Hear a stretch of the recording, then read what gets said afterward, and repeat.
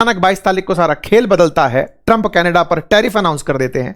25 तारीख के दिन कनाडा अमेरिका पर टैरिफ अनाउंस कर देता है। यानी कि दोस्ती होते होते दुश्मनी में कैसे बदली, आज के सेशन में बताएंगे। और कनाडा ने इसका अनाउंसमेंट यह किया कि हम युद्ध में हैं और इस बार युद्ध व्यापार का है, लेकिन झुकेंगे नहीं। बस कार्नी ने नीचे से हाथ नहीं घुमाया। चलिए कनाडा और अमेरिका की इस पूरी कहानी को सुनाते हैं और कैसे बनते बनते बिगड़ गई बात, क्योंकि असल में ट्रंप कनाडा के अंदर बहुत ज्यादा मजाक के पात्र बन चुके हैं। ट्रंप की ये नीतियां जो पिछले साल यानी 2024 के नवंबर में बने हुए राष्ट्रपति 2026 नवंबर आने को है, 2 साल बीतने के बाद भी अब तक कोई डील दे नहीं पाए हैं और अगले साल के एंड में जाते फिर इलेक्शंस की तैयारियां शुरू हो जाएंगी। तो ट्रंप ने पूरी अमेरिकी नीतियों का जो मजाक दुनिया के सामने बनाया है, अब उस मजाक पर कनाडा बढ़िया प्ले कर रहा है। साथियों, कनाडा के प्रधानमंत्री मार्क कार्नी ने अमेरिका के साथ ट्रेड वॉर को लेकर कहा है कि हम जंग में हैं क्योंकि हम पर हमला हुआ है। अब ये कैसा हमला है, यहां पर हेडलाइंस को इस तरह से सुनिएगा कि हम पर हमला हुआ है से मतलब है कि टैरिफ हम पर लगाए गए हैं। तो हम पर लगाए गए हैं तो हमको तो केवल युद्ध में रिएक्ट करना है। युद्ध में रिएक्ट करना है मतलब हम बदला लेंगे उन सामने वालों से। कौन है सामने खड़ा हुआ? तो सामने बोले अमेरिका खड़ा हुआ है, तो बोले मुझसे बदला लेंगे। तो हुआ क्या है अब वो समझो। देखो, ट्रंप को हमेशा से यह लगता है कि कनाडा हमसे बहुत पैसे कमाता है। अच्छा, सच भी है। कनाडा और मैक्सिको अमेरिका के साथ भर भर के व्यापार करते हैं, यानी बिलियंस ऑफ डॉलर का व्यापार इन लोगों के बीच होता है। 700 बिलियन डॉलर के आसपास कनाडा अमेरिका का व्यापार रहता है। इतना बड़ा व्यापार है उसमें, लेकिन ऐसा नहीं है कि अमेरिका केवल कनाडा से खरीदता ही खरीदता है, बेचता नहीं है। अगर हम 700 बिलियन डॉलर का मान के चलिए 350 बिलियन इंपोर्ट कर रहा है अमेरिका, तो 325 बिलियन डॉलर का एक्सपोर्ट कर रहा है। लेकिन उसमें भी कहीं ना कहीं बचत कनाडा की होती है। कनाडा ट्रेड प्लस में रहता है अमेरिका से व्यापार करके। ऐसा क्यों? क्योंकि अमेरिका ने अपने दुश्मनों में पड़ोसियों से लड़ना कभी रखा ही नहीं था। उसका मानना था कि युद्ध तो हमेशा दूसरी जगह लड़े जाते हैं। जैसे अमेरिका कोसों दूर ईरान से युद्ध लड़ रहा है, ईरान को पता ही नहीं है कि वो अमेरिका तक कभी मिसाइल भी फेंक पाएगा। अमेरिका यहां युद्ध लड़के चला भी जाएगा। अमेरिका पड़ोस में युद्ध नहीं लड़ता। जैसे आप और हम आजकल सुर्खियां सुनते हैं, पाकिस्तान ये कर रहा है, चाइना ये कर रहा है, बांग्लादेश में ये चल रहा है। हमारी पड़ोसी टेंशन बने हुए हैं। अमेरिका ने अपने पड़ोसियों को बहुत पहले सेटल कर लिया था और ऐसा करते हुए एक ट्रीटी करी थी जिसका नाम था NAFTA. North American free trade agreement था, जिसके अंदर अमेरिका ने कनाडा और मैक्सिको के साथ फ्री ट्रेड एग्रीमेंट रखा हुआ था। मतलब समझिए कि पूरा की पूरा अमेरिका है, लेके मैक्सिको से लेके कनाडा तक कहीं भी कोई कंपनी मशीन लगाए, कहीं पर जो जिसको कहीं मत पता चल रहा है कि यहां पर हमें आयरन अच्छे से मिल रहा है, बोले यहीं फैक्ट्री लगा दो, अमेरिका में बिना किसी टैक्स के पहुंच जाएगा। तो अमेरिका से कनाडा में, अमेरिका से मैक्सिको में सब जगह अपनी अपनी एडवांटेज थी। मैक्सिको सस्ती लेबर के लिए जाना जाता है, तो अमेरिकी बहुत सारी कंपनियों ने मैक्सिको के अंदर फैक्ट्रियां लगा दी, वहां से सस्ती लेबर से माल बनवाया, अमेरिका में बिकवा दिया। इसलिए अमेरिका और मैक्सिको के बीच खूब सारा व्यापार हुआ। ऐसे ही कनाडा में नेचुरल रिजर्व बहुत सारे हैं, प्राकृतिक रूप से बहुत ही संसाधन संपन्न है कनाडा। तो ऐसे में कनाडा भी डेवलप होता चला गया इस एग्रीमेंट के चलते। ट्रंप आए, उन्होंने कहा नहीं नहीं नहीं नहीं, ये तो ज्यादा फायदा उठा रहे हैं। तो बोले अब क्या करें? तो बोले USMCA नाम से एक एग्रीमेंट करेंगे, नाफ्टा बदल दो, अमेरिका, कनाडा, मैक्सिको, लेकिन जिन जिन चीजों में फ्री ट्रेड हो सकता है उतना ही रखेंगे, जहां अमेरिका को नुकसान हो रहा है वो नहीं करेंगे। कोई बात नहीं। अमेरिका ने पहले ये नीतियां बनाई क्यों थी? इसका आधार था कि पड़ोसियों से लड़ाई नहीं लड़नी है, जंग तो बाहर लड़नी है। इस काम में अमेरिका सफल रहा, लेकिन ट्रंप की जो साइकोपैथ तरीके की साइकोलॉजी है, पूरी तरह से जो विदेश नीति को उन्होंने तोड़ो मरोड़ के फेंक दिया है, अमेरिका की इतनी लॉन्ग स्टैंडिंग जो स्टैंड्स हैं उसको पलट दिया है, उसके नतीजे आप आए दिन देख रहे हैं। अच्छा, ये महाशय जब आए 2024 में बनकर, 2025 में जनवरी में शपथ ग्रहण होता है।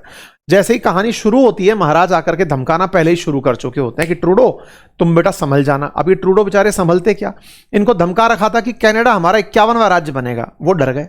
उन्होंने कहा कि महानुभाव मान जाओ, हमको कनाडा को आप ऐसे मत करो। ट्रंप बोलते हैं नहीं, तुमको फ्री ट्रेड एग्रीमेंट देता हूं ना, 25% टैरिफ दो जो माल भेजते हो।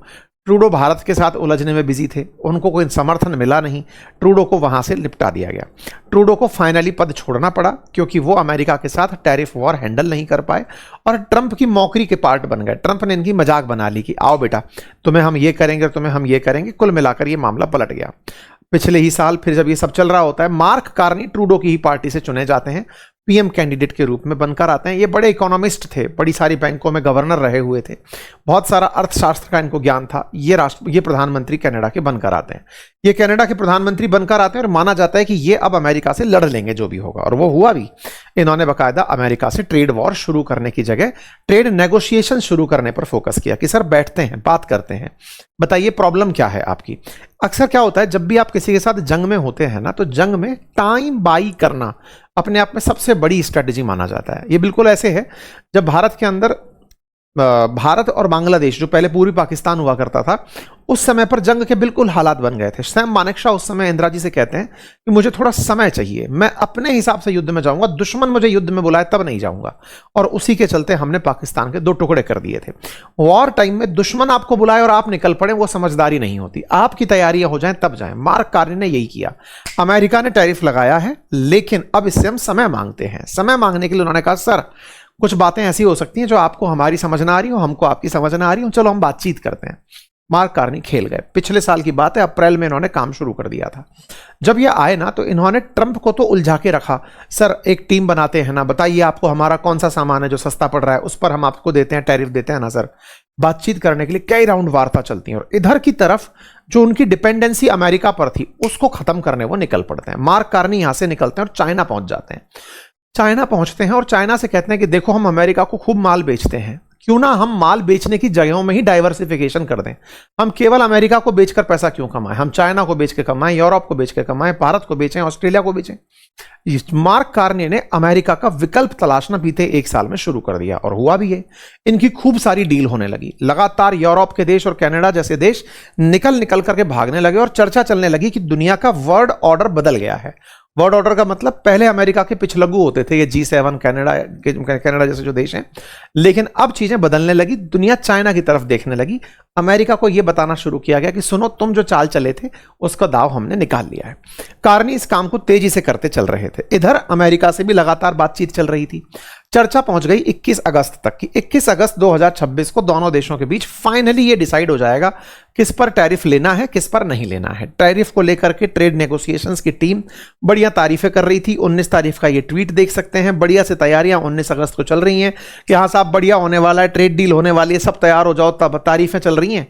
अचानक 19 तारीख के दिन ये सब खबरें चली रही होती हैं और इसी बीच में ये चर्चा निकल कर आती है कि साहब हम इस काम को बीच में ही रोक रहे हैं। क्यों रोक रहे हैं? बोले साहब इसलिए रोक रहे हैं, 21 तारीख को यह खबर निकल कर आती है कि अमेरिका कहता है कि मैं कुछ वस्तुओं पर 50% टैरिफ लूंगा ही लूंगा। अब साहब ये बात तगड़ी बन जाती है कि साहब ये क्या हुआ, परसों तक तो आप बातचीत कर रहे थे, अचानक ये क्या हुआ। इसमें निकल कर आया कि अमेरिका कुछ चीजों पर अपनी शर्तें लास्ट तक मनवाने में अड़ा हुआ था कि ये भी चाहिए, ये भी चाहिए, ये भी चाहिए।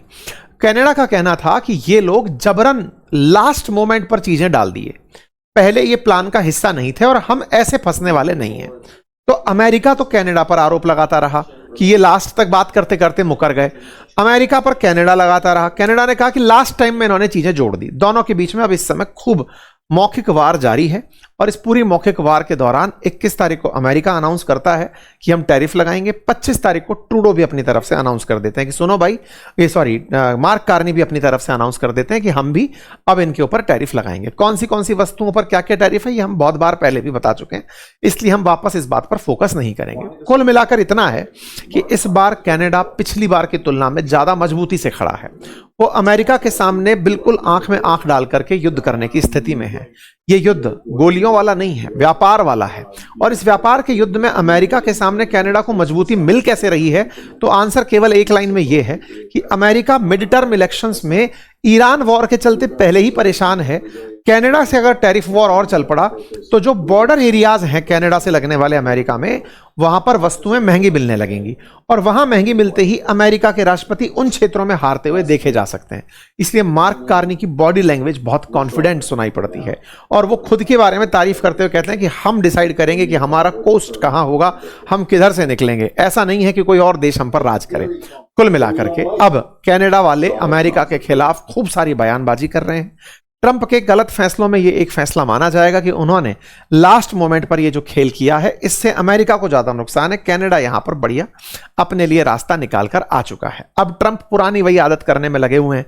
एक इन दोनों के बीच में झील है। असल में आपने अगर ज्योग्राफी पढ़ी हो तो अमेरिका और कनाडा के बीच में 5 झील ऐसी हैं जिन्हें ग्रेट लेक्स कहा जाता है। उनमें से एक झील है ओंटारियो के नाम से। ओंटारियो जो है ना वो अटलांटिक ओशन से वाया रिवर जुड़ी हुई है। ओंटारियो कनाडा के एक शहर का नाम भी है, राज्य का नाम भी है। तो ओंटारियो के नाम पर जो झील है उसको अमेरिका कहता है कि ये ओंटारियो लेक नहीं कहेंगे, इसे हम लेक अमेरिका कहेंगे। अरे तुम इसे अफलातून कहो, इससे किसी को क्या फर्क पड़ रहा है। दोनों म्यूचुअली क्या मानोगे उससे मतलब है ना। आज हम अपने बच्चे को किस नाम से जान रहे हैं वो आपका से है ना। ये थोड़ी हो रहा है कि दुनिया वाले भी उस नाम से जाने, भाई उनको जो पहले से नाम पता है वैसे जान रहे होंगे। म्यूचुअल एग्रीमेंट किस बात को हो रहा है। खैर, ट्रंप ने फिर से वही, अभी 51 राज्य वाला वो टैग नहीं डाले हैं, लेकिन लेक अमेरिका लिखकर डाल दिए मैप पर कि ये लेक अमेरिका होगा। कोई बात नहीं, इस बहाने आप लेक जितनी भी हैं ग्रेट लेक्स, इनको रिवाइज कर लेना, क्योंकि ये फिर से सुर्खियों में आ गई हैं। लोग आपसे इनके बारे में सवाल जरूर पूछते रहेंगे। ठीक है, कुल मिलाकर के अमेरिका और कनाडा के बीच में जो ट्रेड वॉर है फिर से नेगोशिएशंस की तरफ बढ़ जाएगा। आज की स्थिति यह है कि दोनों देशों ने दुनिया को यह संदेश दे दिया है कि अमेरिका लास्ट तक भी ट्रेड डील करते करते टैरिफ तक पहुंच सकता है। तो हमारे लिए क्या संदेश है, तो बिस्मिल का संदेश है कि भारत के साथ भी जो इनकी ट्रेड डील चल रही है, हो सकता है लास्ट तक पहुंचते पहुंचते वहां भी पलटी पड़ जाए। जो भी होगा, भारत को मानसिक रूप से इसके लिए तैयार रहना होगा। बाकी आप इस विषय पर क्या सोचते हैं, अपनी राय कमेंट बॉक्स में जरूर दें। चैनल पर नए हैं सब्सक्राइब कर लें, हमारे चैनल्स के लिंक कमेंट बॉक्स में पिन है, जाकर के हमारी राम यात्रा से जुड़ें। जय श्री राम।